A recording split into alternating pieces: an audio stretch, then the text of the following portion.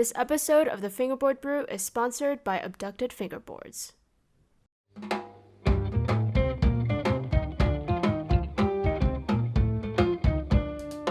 So guys, we got some crap for our first, I guess, somewhat controversial topic last week. And I just wanted to start this episode by stating a few things. You know, when we talk about stuff, and this is something we talked about towards the end of our last episode, but, you know, we are only talking about our own experiences and talking based off of our own observations because we are obviously only two people.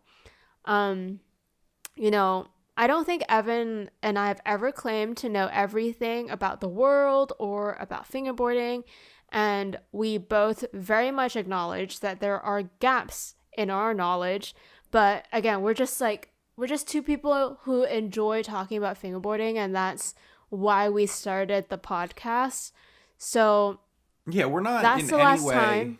Yeah, we're not in any way speaking for the community or trying to make ourselves seem like the masters of all knowledge in this community. We're just having a conversation, and if you don't agree with what we're saying, you don't have to listen to it. So yeah, also, if you don't agree, we want to know. Like, I think it's really important that we have a mixture of opinions with this type of stuff, but that's the last time I want to address this issue of people thinking, for whatever reason, that we think we're the shit. And I know Evan's gonna bleep that out, but you know, we don't think we are. But I just wanted to put those statements out into the universe because I definitely think that's something we should have been stating from the get-go. just all right, two bros chilling in a hot tub. Just two bros. Hello and welcome to the Fingerboard Brew, your favorite fingerboarding conversational podcast. My name is Annie and I'm here with my co-host Evan. Hello, what's up? Thank you so much for tuning into the podcast. If you don't already follow us on Instagram, we're at the Fingerboard Brew. This podcast is also available on Spotify, Apple Podcasts, as well as YouTube if you want the video version. So make sure you're subscribed and following us on all those platforms so you don't ever miss an episode. Okay, so before I introduce this week's episode, what tea are you drinking, Evan? I'm back to my basic pomegranate tea. I need to get down to the city, to the tea store, and buy a bunch of new herbal teas because I ran out last episode. That's literally your excuse every time, I swear. You're like, I need to go back and get more. Yeah, I'm never in the city. There's a global pandemic. I don't know if you've heard of it. No, I'm just never in the city anymore because of like, I can't really go anywhere. So I'll figure it out. I'll make an excuse to get down there. Well, I am drinking, so I don't know if you guys know, but it's Chinese New Year. It's like we're still in the weeks of Chinese New Year, and my dad has been getting like gift baskets from his pupils. My dad's like, he's a lawyer, so he's had pupils, and someone gave us like a box of cookies that also came with some tea. So that's what. Oh no, I thought I dropped the thing in my cup, but I'm drinking this tea from Tea Poetry. I have no idea what it is, but it tastes kind of fruity, so I guess it's a fruit tea. Yeah, that sounds nice. I also am drinking this out of my roommate's mug.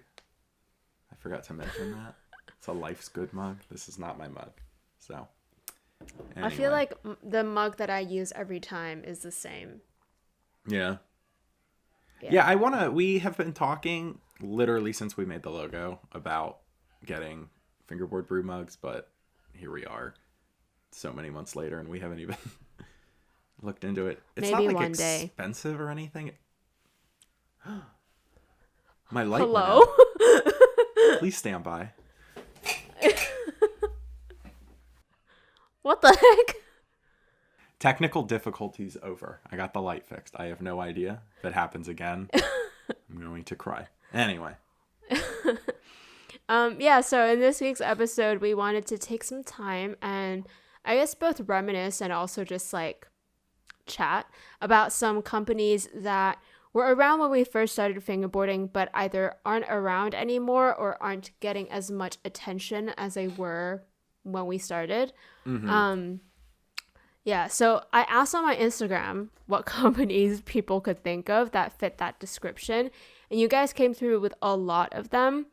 And what's really interesting is I forgot about a ton of these companies, but probably just because I wasn't thinking hard enough. But yeah, I'm gonna read some out to you guys. I got a long list here, so we got Aphlikshun, Substance Wheels, Pure Decks, Frost Decks, Emanent, Bonsai Concrete, a legend, Creekwood, Absolutely. Wood Guests, which I think Francisco Martins used to ride for them. Nollie Wheels, Reks Distribution, Subliminal, Beef Decks, Weca Decks, Z Shred Wheels, Tom Pearson, Lowpro, Prowood, Evolve, Gator Fingerboards, No Comply, Absolute, Homewood, Blosom Fingerboards, Winkler Wheels, Trap Decks, and this is the last one, Yellowwood. And then I'd also like to add to that list the one company I talk about in every single episode when we go back in time is Finger Decks, and then also Airflow Rails, of course. Oh my gosh, yes, of course, Airflow. So where do you want to start off? So I think Evan and I both have this issue where we have notes on specific companies or specific experiences we've had, but I don't really know where to start. I guess like just to clarify again that these are also companies that might still be around but don't necessarily have the same status as they did before for whatever reason, and that's not like us giving them shade. We'll explain later. And I'm sure there's a lot that I didn't name. I just picked the ones that were kind of prominent, or the ones that that were prominent in my life at one point, or the ones that I'd heard of. And I'm sure I've missed a bunch of other companies. So if you guys think of any, I'm sure you will, drop them in the comments. Yeah, absolutely. We'd really, really appreciate that, because like I said, I literally forgot about a ton of these companies until someone said something. Yeah, there's so many I'm sure we're missing. But yeah, as I like to do, I kind of want to take it back to the beginning. Being my first like expensive setup had Winkler Wheels, and I still have like a truck, like an old 29mm truck with Winkler Wheels on it, which it's kind of a long story short, but you know what a jewel is? Yeah. I saw a meme on line about like someone took trucks and put them on a jewel and made like a tech deck jewel, and like I don't do that stuff, but I had a roommate that did, and so we turned his jewel into a fingerboard, and I took apart that first setup, and then the pieces got lost somewhere, so I only have one truck left, which kind of sucks. But I mean, they're crazy old. Like the bearings were blown out and the deck barely functioned. Oh, yikes. So, yeah. On my channel, I mean, on my channel, the very first video, like very first from 2017 or 18, I'm using that deck in it, but everything else. Dang. Yeah, I feel like, when was Winkler officially discontinued? Was it last year? I don't know about officially discontinued, but I know that Black River took over, like they started making their own wheels with, I don't know if it's ever been confirmed, but it's allegedly the same formula as Winkler. I don't know if is that controversial? Is that controversial? Is that problematic? No, I think the brand Winkler Wheels got discontinued at last year, I'm pretty sure. So like there's no, like they're not making Winkler Wheels ever again. And my first expensive setup was also Winkler Wheels. Were they called classics? They were white with like blue writing on the wheel. I know exactly which ones you're talking about, but I did not have those. Yeah, I don't know what they're called. Yeah. But I, like, when they announced that they were discontinued, or when I found out that they were going to be discontinued, I immediately like went on every site I could think of to try and like cop some Winklers, and I managed to find some on Radical Fingerboards in Australia. So thank goodness for Radical Fingerboards. They're still in the packet. I haven't touched them. I've opened it to look at them, but then that's it. I haven't like set them up or anything. They're just going to stay in the packet. Those are probably going to be worth a little bit of money in a few years. They might even be worth a little bit I'm of money never now. selling them. I don't care how much people offer me. I am not selling those wheels. That's a good piece to have in your collection. You know, like... Yeah, I mean, I think for both of us, you know, like, especially for a company like this, it means a lot to us, right? It's sentimental to some degree because first expensive setup. Yeah, I wish I still don't collect fingerboards, but if I did, I would really want some of like those OG black Berlinwood decks that they sold on Black River's site, because they had like it would be like an all solid color with a white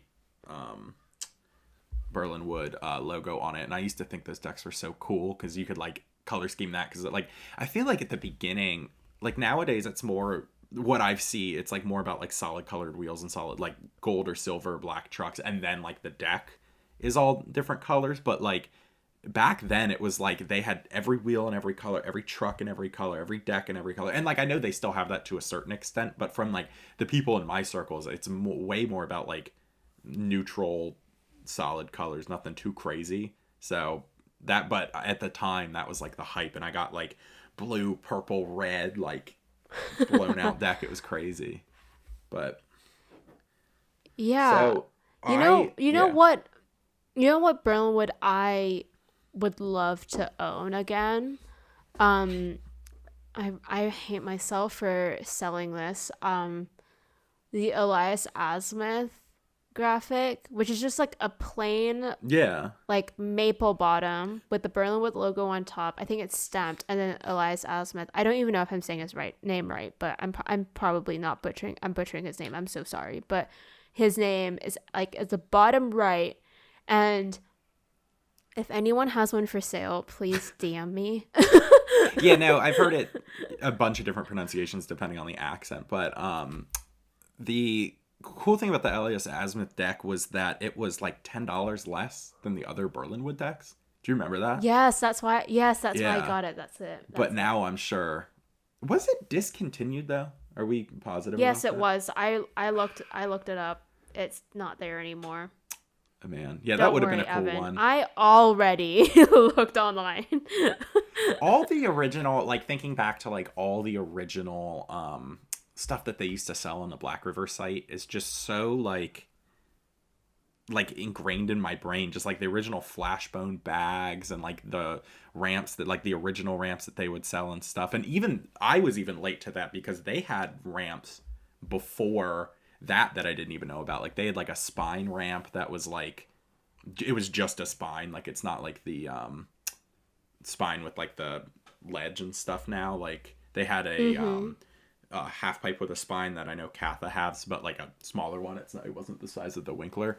So yeah, the ramps that they used to have were so cool. The decks that they sold with Berlinwood and like the Winkler setup. I wish we could just take a time machine to like 2010 or even before then, but like that before like some of the ramps and all the product got discontinued, because that was the time. Yeah. But I always forget that Black River has discontinued products. Mm-hmm. Because they always have products. So I always forget that like there's some obstacles that they don't sell anymore. Mm-hmm. Yeah, very sad. And then you have to wait years to get the one that you always wanted when you were a kid and could never afford, and then end up paying. I can't believe you have that now. I can't believe how much I paid for this. We're not talking about that on the podcast. But yeah, it's sick, and I made the biggest mistake of my fingerboard career like 3 years ago when I sold my ramp collection. I had like the OG loading dock. I had like all this stuff. I had like the Pornstorm Plaza, like, which I know isn't discontinued, but still, like, I wish I sold it like this big lot of stuff for like $200 because I was like, I'm never gonna use it again. So dumb. you were so wrong. Yeah, that was a mistake. But are there any companies that you knew of or heard of but never got to try? I'm sure there's tons for you because you don't buy anything. Yeah, I could probably rattle off 10 that still exist. You said it was Bonsai. Yeah. I guess more specifically, like companies that you couldn't try now. So like for me, I can think of Evolve. Wait, I don't know if Evolve still exists, but I don't think it does. Reks Distribution, Z-Shred were the 3 companies that I knew of and I'd seen videos about or photos, but I never got a chance to try them. So is there anything like that for you that by the time you wanted them, they were discontinued? Bonsai Concrete was the dream. Do you remember I think it was the Harrier concrete obstacles, but it was the original ones, and they would ship like in a cylindrical cardboard tube, and then you'd open it and there'd be like stuff inside, and then like you'd pull out I used to watch unboxings of those, and I always thought those were like the coolest like concrete, and I think they still sell like Harrier stuff, but they do, and I actually have one on my desk. Does it live up to the hype? I have this little so Evan can see it. I have this little mini quarter pipe. Well, not quarter pipe. What is it? Yeah, it's a quarter pipe. And yeah, I actually own 2 of these. But this was, I guess, like in relation to last week's episode, I feel like Harrier is almost kind of like a hype company as well in its own for ramps, because their drops are so far in between, few and far in between, that like they go very quickly, and you have to wait like months, even a year, for the next stock to drop.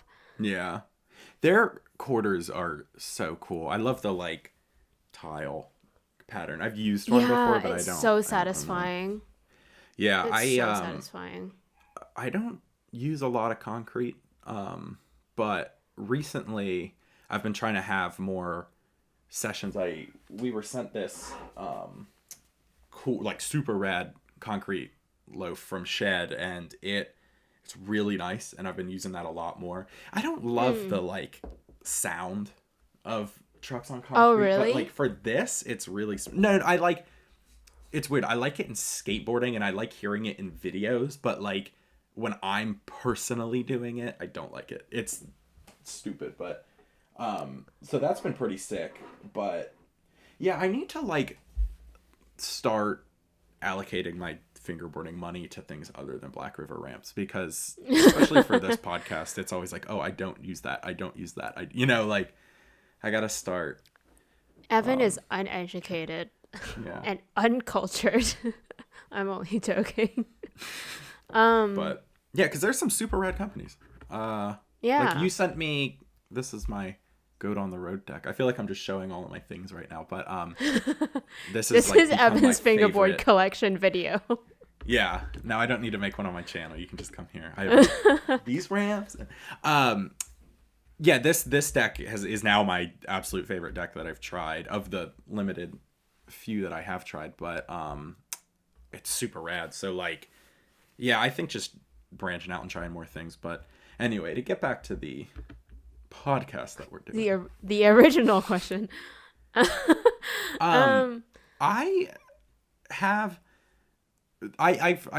gotten called out for not like doing my research before I podcast, but I really tried to look into this one, and I cannot find, is there any relation between Finger Decks, the original company, and Frankie Finger Decks? And I'm sure this is an obvious answer, but from my limited research, I wasn't able to find it. But I remember when I first started, like before I got anything from Black River, I got a full setup from Finger Decks and a couple of their ramps, and like they were like such a huge part of fingerboarding for me. I took a few year hiatus, and then I came back and they were gone completely. Like no one talks about them, no one. And I just remember thinking like this was like the company in my opinion. But yeah, I always wondered what happened to that. because they're not around anymore. But they made. I've never heard of them. Yeah, they made like. I had two of their like granite ledges. One was like a down, and then one was like a flat ledge, and then they had like a pole jam. But I mean, like this was back. They shipped like grip tape. Like it wasn't even foam tape. Like, which I know that was like such a staple of early fingerboarding for a lot of people, was predating foam tape. But wait, do you remember when companies would sell foam tape, but it was literally crafter foam? Yes, that is the mega mistake that I would make was like, it's like 100 feet of grip tape for $9.99 on eBay, and you're like, I'm never gonna buy tape again, and you buy it and it's the worst grip tape ever. I remember that. I remember buying tape from companies because they had like all different colors, and because I didn't know any better at the time, I just thought it was like a different texture of grip, but it was just crafter foam, so you could not even fingerboard with it. Like you could, but it's just so hard. Yeah. Because it's like so weird. Thicker too, you know? And like that's a huge thing as well. And I remember when I used to use Rip tape, I'd always get the slim and catchy because the other stuff was just too thick, you know? So there was a time, and maybe you can vouch for this and maybe the people can vouch for this, but there was a time when Rip tape slim and catchy was very different from Rip tape, like regular Rip tape. Like the texture was different. Do you remember this? Or do you have this memory? I don't know if that's the case now. I've noticed that I don't know if it's just because I've tried other tape and then come back to it, but like from my own personal experience, I've not really noticed a difference between like the Rip tape that gets shipped with a Berlinwood deck and it has the Berlinwood logo on it. I'm not sure if that's original or slim and catchy. Yeah, they shipped with the original Rip, but there was a very brief moment in time when the tape was just different, and then I much preferred slim and catchy. I went to order some more, and I went to order on flat face, and what I got was not the slim and catchy that I had tried. And when I emailed Mike, actually Ellen Schneider, his mom, responded and said, sweetest person. She said, so nice. This is actually, like, this is the tape that we've been getting from Black River. Like, this is what slim and catchy is supposed to feel like. And I'm just like, what? I don't know if it's changed again since, but there was a time when slim and catchy didn't, I don't know. I keep saying the same thing over and over again. It's just like, it was just really weird. Yeah, I've exclusively used FPS for like 2 years now. Like it's my favorite tape. It's the only tape I ride, so I can't really speak to now. But from when I first used slim and catchy in 2014, and then when I bought it again in 2017, I did notice a difference. But you know, that could also be because it's like worn in. More I was comparing it to a deck that had been set up for a while, but okay, so I don't know how to transition into this next thing I was going to bring up, but it's along the same lines, because we were talking about like the very beginning. Did you buy anything from Four Corner Fingerboards or Class A Fingerboards? Never bought anything, but I got stickers once from an eBay buy. Does that count as getting Four Corner product? I think so. I remember this company coexisting with Class A Fingerboards. They weren't run by the same people, but I remember the two companies just having the same products. And the reason behind that is because I'm pretty sure everything they sold was China products. And at the time, I didn't know what China products were. Like, I didn't know that broken knuckle fingerboard trucks were China trucks that anyone could buy on Alibaba. Yeah, I didn't know any of this until maybe 3 years into me fingerboarding, and it was just so interesting to me because I don't know if Four Corner is still around, but the one thing, well, actually, along the lines of tape that we were talking about earlier, the one thing I bought from them consistently, Four Corner, was their China tape, or just like their Four Corner tape, because for some reason it was the best China tape I could find, and it was actually really grippy. So whoever they were sourcing from was really good, but I think they changed their source because it didn't feel, at one point, it just stopped feeling like the tape they had before. And I do want to say that Four Corner, actually, I do know this, is still around. And they have Hi, Four Corner. Yeah, no, they've been selling stuff since like 2010, I think. And yeah, they are still around. And they got like completes for like $20, you know? So if you're getting into fingerboarding and you don't want to spend the crazy bucks, you should first listen to our first podcast about whether or not you need to spend a ton of money, and then maybe head over to Four Corner. That's a free shout out. This episode is not sponsored but we got Four some information Corner. wrong, so we should give them a little shout out. But fair enough.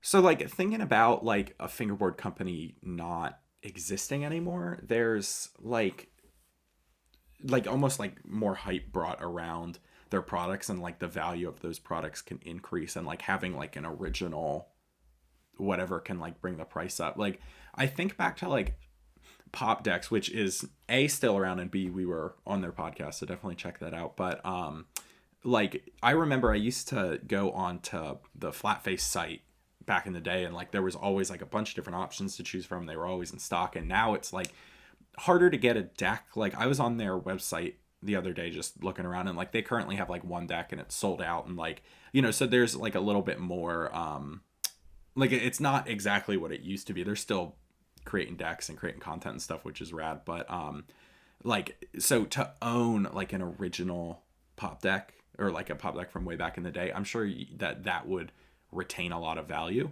And you can see that there's a lot of different instances of that in fingerboarding. Like, I own an original Airflow rail, and I have people like hit me up on the DMs like, would you ever sell it? Like, Oh, I know what I own. I own 2 Tom Pearson boards. Friendshare. They were like a really small company, started by Alvaro. I also own 2 of like the OG like Calpies, not OG, but like the first year or 2 of Calpies, I guess you could say. I actually don't even know when they started making boards, probably way before 2014, but the ones that I have are like paper graphics, really heavy. They don't feel at all like the boards that John makes now. And I love Calpies, obviously, like I have one here. But the 2 I have are probably worth something. I don't know. I was going to say worth more, but I think they're probably worth something, because I've had a few people hit me up wanting either a Tom Pearson board from me, and I'm like, I'm not selling that, or one of the original, or not original, but like older Calpies. Yeah. I guess in the same way that like we said, like a really old Berlin wood would have a lot of value. Yeah. And also I did check the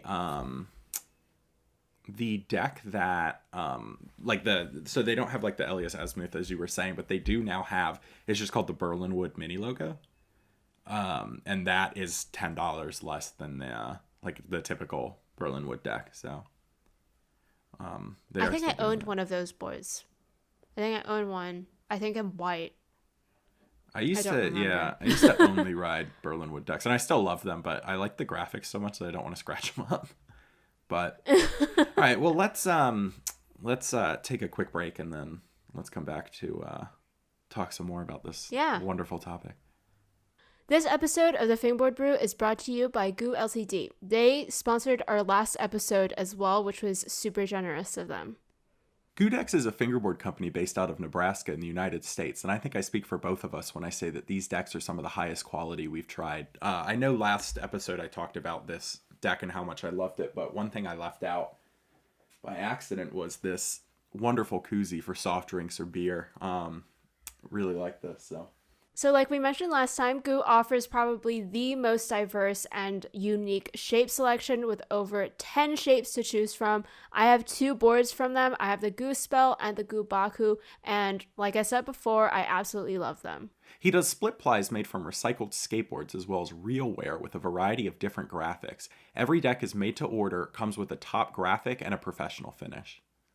And guess what? For the first 10 of you to go onto the Goo site, you can get $5 off your entire order by entering the code FBBrew. That's FBBREW.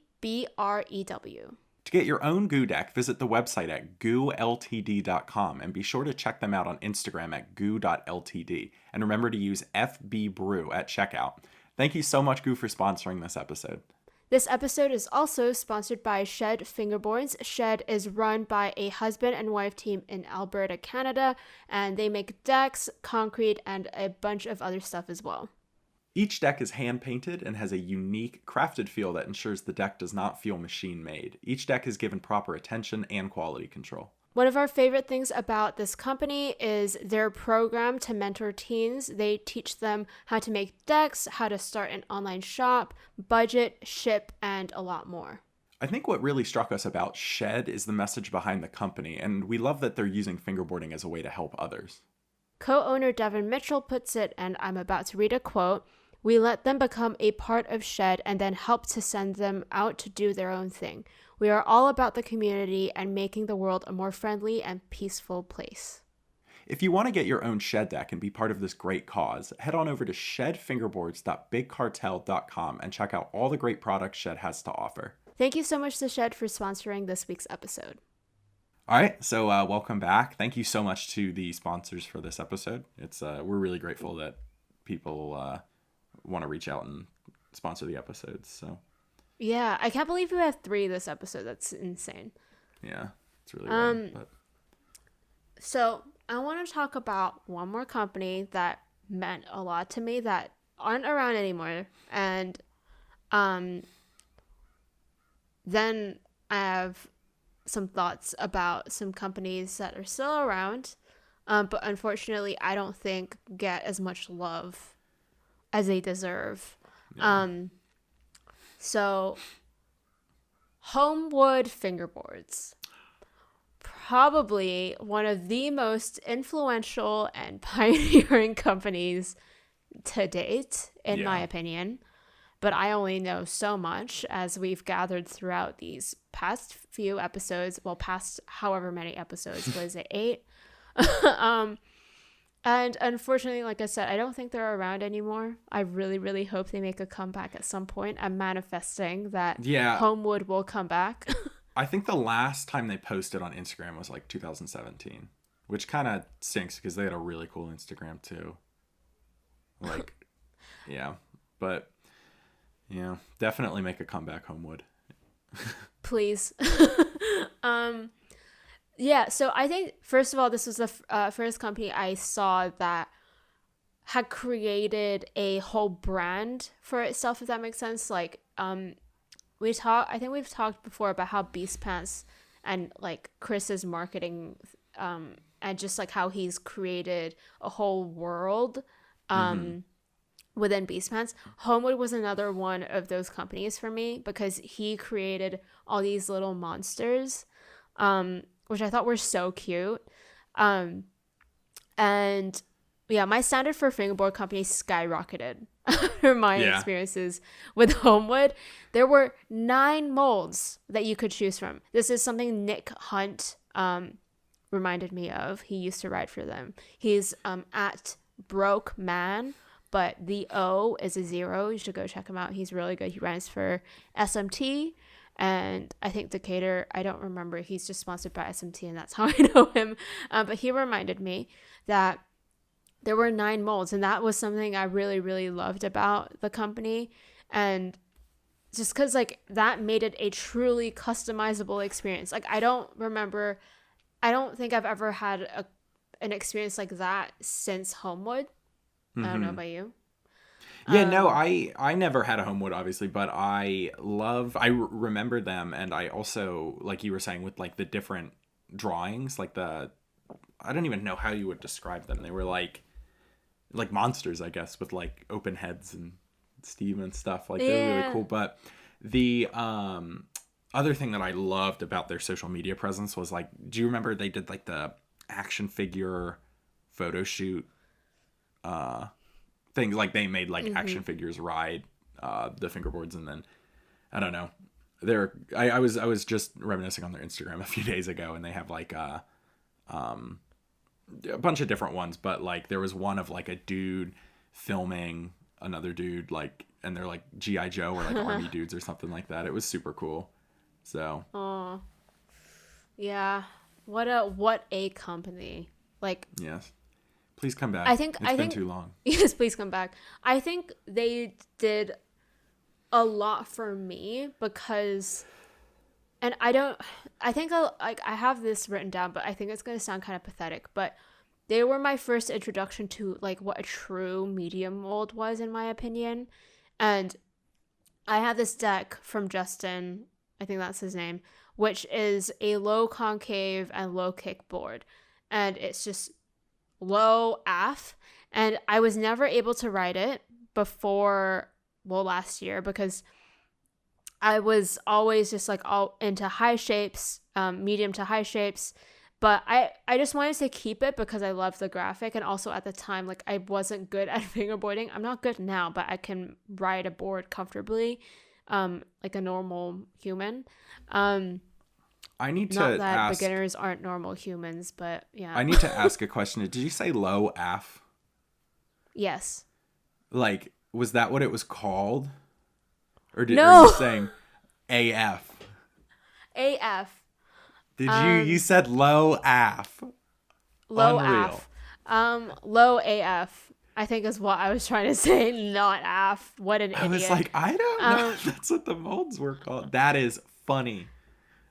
Oh I'm my sorry. gosh. I'm foreign. I'm foreign, Evan. I'm just kidding. I'm just messing with you. Yeah, you spent a considerable amount of time in other countries.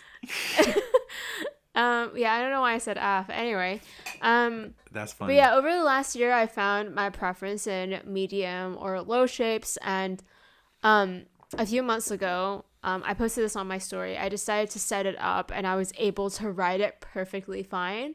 And it was always like a goal of mine to be able to ride this low mold, because I'd always want to be able to ride it. It's just so low. It's like almost flat.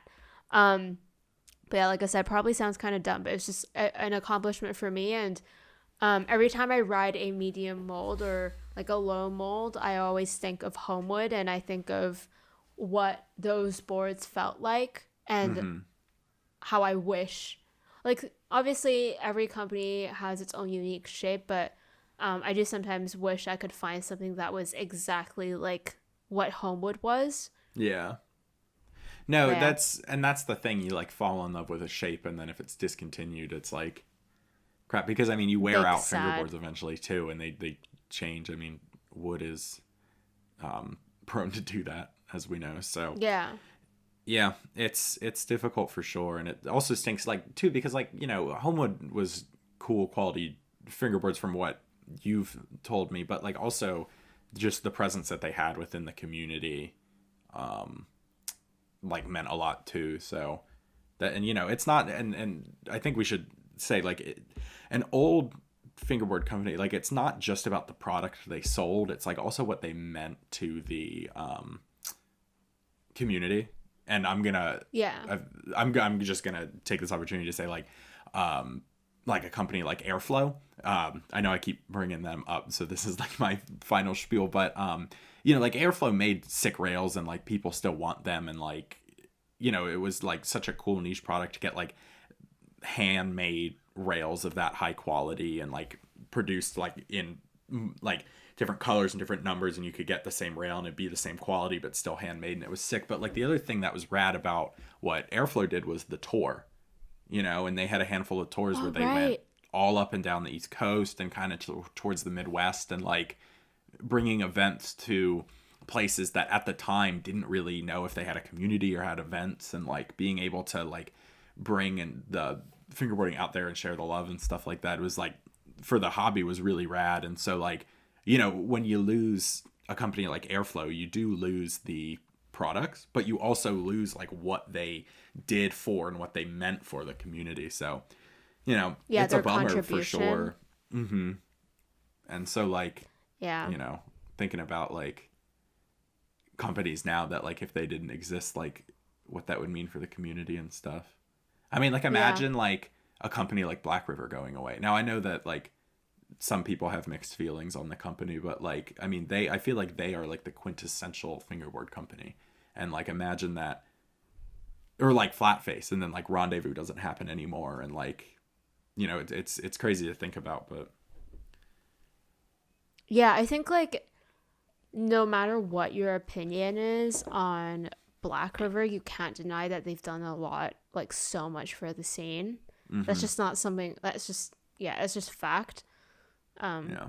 So yeah, that's kind of my soapbox for this episode. But yeah, it's important to recognize what these companies are doing, not only product wise, but you know.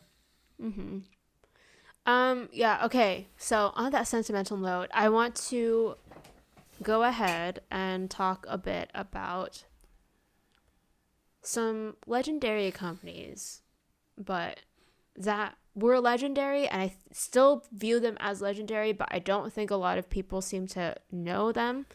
One is Absolute Fingerboards, and one is No Comply. And obviously don't take, like I said at the very beginning of this episode, do not take this as us being shady. Because like these are two companies that like I said, I think are so cool. And when I first started fingerboarding, all I heard about was, well, not all I heard about, but these were two companies that I heard so much about. And, you know, someone like Absolute, was also alongside Homewood, I think, considered a pioneering brand of sorts. I think it was one of the first companies to do a synthetic bottom. I'm not sure. But I think that was his signature thing was synthetic bottom plies. I know No Comply did something similar with like, I don't really know what it was. I've never owned a No Comply deck, but both of these companies are still around. But I don't feel like, and again, I'm not trying to sound condescending or anything. I don't feel like people who started fingerboarding very recently really know of these companies, or they don't view these companies as how we would have viewed them, or we still view them, because these two companies did a lot for the scene also. Someone like No Comply, or, oh my gosh, the fact that No Comply was the first company that says, like, that created lab wheels. Yeah. When new lab wheels came out, like the company, I was like, is this related to No Comply? And when I found out it wasn't, I was very confused. Yeah. But yeah, I just like, I don't know how you feel about Absolute and No Comply. Yeah, no, I like Absolute. I follow them on Instagram. I don't know a ton about No Comply, but yeah, that's why I was kind of confused when you started, because I was like, I'm pretty sure both of those companies are still around. But yeah, no, it's rad. Does Absolute still have a live web shop and stuff? Because I know that they still post like pictures of their decks and stuff. I don't know. Is it, because I remember back in the day it definitely was more prominent in my sphere of things, but I think Absolute sells through Flatface, and then they might have their own web shop. I haven't checked. They also did a stock with Fingerboard Connoisseur. So I don't know. Absolute does have their own site, and they sell some rad looking decks. Ooh, I want a copper bottom deck. That's so cool. Yeah, that's what I'm saying. Like, I feel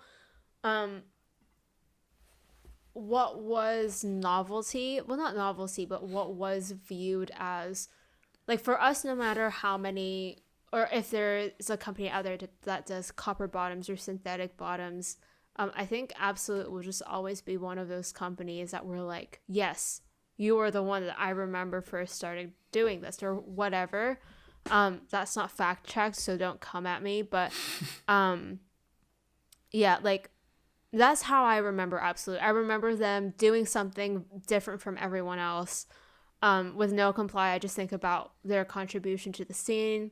Yeah, I don't know. Like both of these companies are, like I said, legendary to me, and it just bums me out that they don't get as much love as a lot of companies nowadays, because no offense to a lot of these companies, a lot of these new companies wouldn't be where they are without a lot, like companies like Homewood, Absolute, No Comply, and Flatface, Black River, whatever.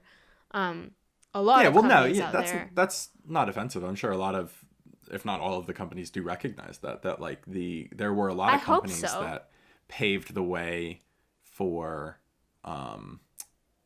more contribution from other people within the scene, you know? Because I mean, like, it was, I didn't, like, 3D printed molds weren't even on my radar until like 2 years ago, you know? And like, I always thought, like, if you wanted to make one, you gotta make a Bondo mold or pay an exuberant amount of money to get one machine made, you know? But now, I mean, like, you can get a mold for $20, and like, that's super cool. And it's because of like these companies continuing to progress the hobby and the art form that fingerboarding is, that have made it all possible for, you know, even for people like us to start YouTube channels and have a podcast and stuff. Like, it's all because of like the work that these people have put into it. So it's super rad, and we miss all these companies, and the companies that are still around, we love you so much. And yeah, and we I don't know if we said this, but every company that we mentioned, we're going to try to have some form of link in the show notes for this episode, just to like, if you want to check out like Instagram pages that are still around, or websites or whatnot. Just, yeah. Yeah. All right. Yeah, I think that's like a really good way to end this episode. Like, I think Evan wrapped it up pretty nicely. Thank you.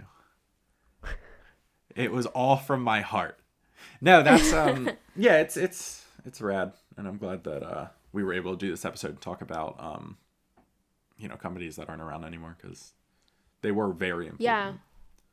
If like we said, if we missed anyone out, let us know, and definitely let us know what you think about any of the companies that we discussed today.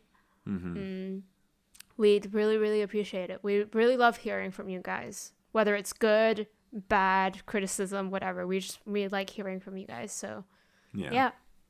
So yeah, well, thank you so much for checking us out. So we upload every other week now, Mondays at 7 Eastern Standard Time. But if you want to hear more from us, check us out on Instagram. We're at the Fingerboard Brew. And if you want to check out any of our other episodes, check us out on Spotify, Apple Podcasts, and YouTube for the video version. Yeah, so thanks so much for tuning in. We'll see you next time for another fun, interesting fingerboard. And also thank you to this week's episode sponsors as well. Thanks so much. Absolutely. Have a good one.